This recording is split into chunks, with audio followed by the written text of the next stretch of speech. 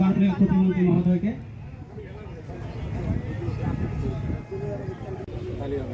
চালিয়ে দেবেন সবাই।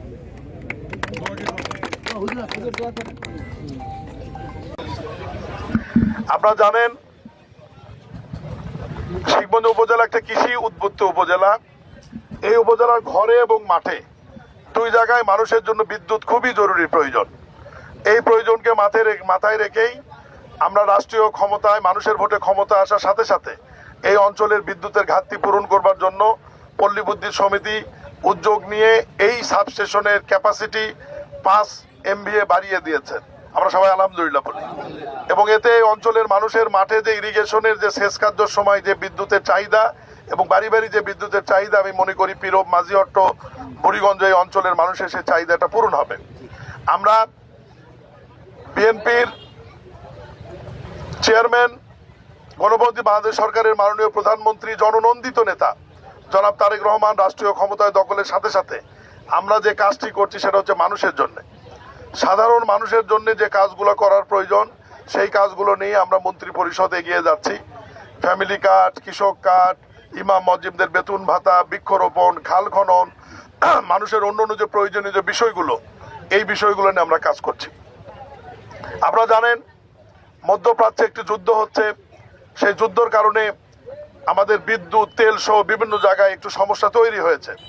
এটা সারা দেশের মানুষ জানেন এবং সরকার একটি তেলের ব্যাপারে সিলিং করে দিয়েছে। আমরা আবেদন করব আপনাদের মাধ্যমে যে সাধারণ মানুষ আমাদেরকে যেন এটা সহযোগিতা করে, কারণ আমরা তেল মজুদ যা আছে, গতকাল আমাদের মাননীয় বিদ্যুৎ, জ্বালানি, খনিজ সম্পদ মন্ত্রী বলেছেন যে আমাদের মজুদ রয়েছে, পাইপলাইনে আরও তেল আসতেছে, ভবিষ্যতেও আসবে এবং হরমুজ প্রণালী বন্দর যে ঘোষণা ছিল সেটাও চালু আছে। তবে হঠাৎ করে যেন সব দিকে বন্ধ না হয়ে কোনো ক্রাইসিস তৈরি না হয়, এই কারণে সরকারের পক্ষ থেকে আমরা একটা সিলিং করে দিয়েছি। তবে এই সিলিং অনুযায়ী ফিলিং স্টেশনগুলোতে গেলে তেল সবাই পাবে, আতঙ্কিত হওয়ার কোনো দরকার নাই। কিছু ব্যক্তি আমি গতকাল ফেসবুকে দেখলাম যে তেল রিজার্ভ করছে, টাঙ্কিতে নিয়ে বাড়িতে রাখছে। এগুলো হলে এই জিনিসগুলো করা ঠিক হবে না এবং করা উচিত হবে না। তেল প্রত্যেক দিনই পাবেন, সিলিং এর মধ্যে থাকবেন এবং সরকার আসার পরে এরকম একটা যুদ্ধের মুখোমুখি আমরা পড়ব, এটা আমরা কল্পনা করিনি। মহান আল্লাহ আমাদের সহায় হবেন এবং আমরা চেষ্টা করব আমাদের মাননীয় প্রধানমন্ত্রীর নেতৃত্বে মানুষ যাতে দুঃসহ জীবনযাপনে না যেতে পারে, মানুষের যাতে দুর্ভোগ না হয়, মানুষের যাতে কষ্ট না হয়, এ ব্যাপারে আমরা সর্বোচ্চ কাজ করছি। এবং খেয়াল করবেন প্রতিনিয়ত প্রতিমন্ত্রীরা আমরা কিন্তু দাপ্তরিক কাজের বাহিরেও মাঠে ময়দানে কিন্তু আমরা দৌড়াচ্ছি, যার যে দপ্তর, যার যে দায়িত্ব, এই জিনিসগুলো আপনারা খেয়াল করবেন।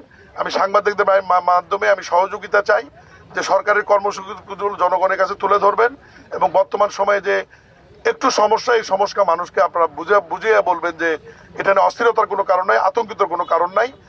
সরকার যে কোনো মূল্যে এটা মোকাবেলা করবে এবং মধ্যপ্রাচ্যের বাইরেও আমাদের অন্য জায়গা থেকে যেখানে যুদ্ধ নাই এই অঞ্চলগুলো থেকে তেল বা জ্বালানি নিয়ে আসার ব্যাপারে ইতিমধ্যেই সরকার পদক্ষেপ গ্রহণ করেছে এবং ইনশাল্লাহ আমি আপনাদেরকে কথা দিতে পারি, মহান আল্লাহর ইচ্ছায় মাননীয় প্রধানমন্ত্রী তারেক রহমানের নেতৃত্বে এদেশে বড় ধরনের কোনো ক্রাইসিস হবে না ইনশাল্লাহ। 3টায় চলবে, তাহলে হবে।